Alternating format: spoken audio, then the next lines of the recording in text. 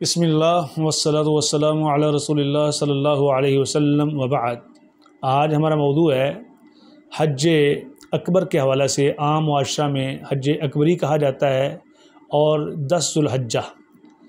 عام لوگوں میں مشہور یہ ہے کہ جس دن جمعہ والے دن اگر حج پڑھا جائے تو اس کو حج اکبری بولتے ہیں، حالانکہ ایسی کوئی بات نہیں۔ اللہ تعالیٰ کے ارشاد گرامی ہے وَأَذَانٌ مِّنَ اللَّهِ وَرَسُولِهِ إِلَى النَّاسِ يَوْمَ الْحَجِّ الْأَكْبَرِ۔ 10 ذو الحجہ کا جو دن ہے، جس دن عید ہوتی ہے، عید الاضحیٰ، اس کو یوم الحج الاکبر کہا گیا ہے کہ یہ حج اکبر کا دن ہے۔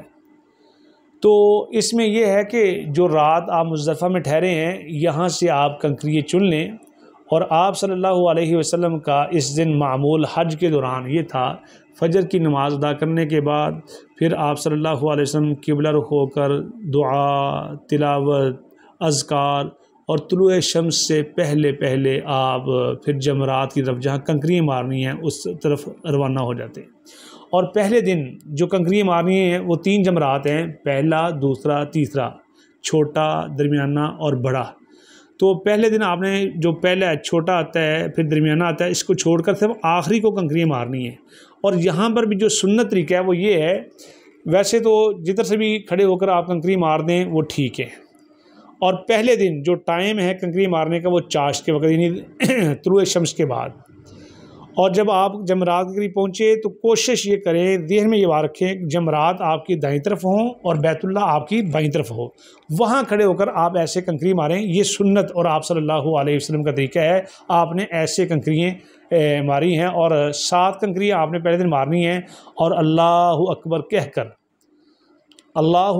کے ایسے کنکری مناسب طریقے سے۔ اور یہاں پر بہت سارے بھائی اور بالخصوص ہمارے خان بھائی جو ہے نا، وہ جوتے اٹھا کر گالیاں نکالتے ہیں، یہ ایسا عمل درست نہیں ہے اور نہ ہی یہ مسنون عمل ہے۔ اور باقی جو دن ہیں وہ 11 کو، 12 کو، وہ 13 کو، وہ سورج کے زوال پذیر ہونے کے بعد، یعنی ظہر کی نماز کے بعد آپ کنکریاں ماریں۔ تو پہلے دن کنکریاں مارنے سے فارغ ہونے کے بعد پھر آپ قربانی کریں۔ اور جو آج کل سسٹم ہے کہ کوپن دیے ہوتے ہیں، اگر وہ آپ کو اطلاع آ گئی کہ آپ کی قربانی ہو گئی ہے تو اس کے بعد پھر آپ سر کے بال منڈوا لیں، اور خواتین جو ہیں 1 انگلی کے پورے کے برابر وہ بالوں کو کاٹ لیں۔ تو اس کے بعد حجاج کرام حلال ہو جائیں گے، احرام کی پابندیاں ختم ہو جائیں گے، سوائے ایک پابندی کے کہ شوہر بیوی کے قریب نہیں جا سکتا، یعنی اس سے ہم بستری نہیں کر سکتا، یہ پابندی ابھی برقرار ہے۔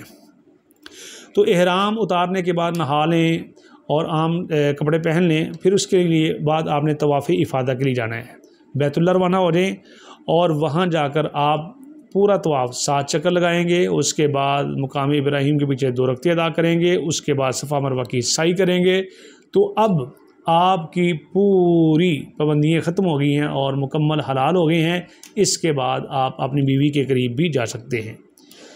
تو اس دن ایک چیز کہ جب آپ طواف افاضہ فارغ ہو گئے ہیں تو پھر رات مکہ میں نہیں گزارنی، آپ نے واپس منی میں پہنچنا ہے۔ اس دن بڑی محنت ہوتی ہے، کیونکہ صبح سے لے کر مسلسل آپ ایک ورک میں ہوتے ہیں۔ مثلا فجر کے بعد آپ طلوع شمس سے پہلے ہی جمرات کے روانہ ہو گئے، وہ بھی ایک لمبا چوڑا سفر ہے، پیدل کرنا پڑتا ہے۔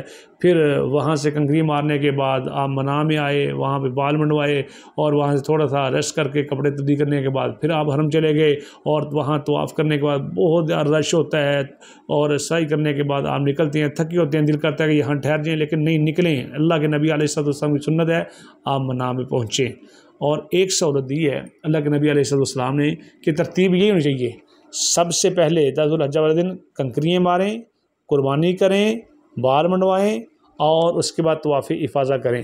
لیکن اگر کوئی چیز آگے پیچھے ہو گئی ہے، کسی نے قربانی پہلے کر لی ہے، بال پہلے منڈوا لیے ہیں اور اس کی کنکریاں رہتی ہیں، اور میں کنکریاں مار لوں، ارمی ولا حرج۔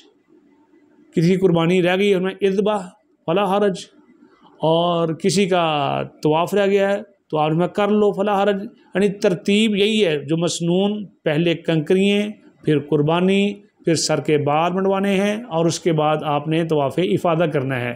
لیکن اگر چیز کوئی آگے پیچھے ہو گئی ہے تو آپ صلی اللہ علیہ وسلم افعل ولا حرج، کر لو، اب کر لو، کوئی مسئلہ نہیں ہے، کوئی پریشانی نہیں ہے۔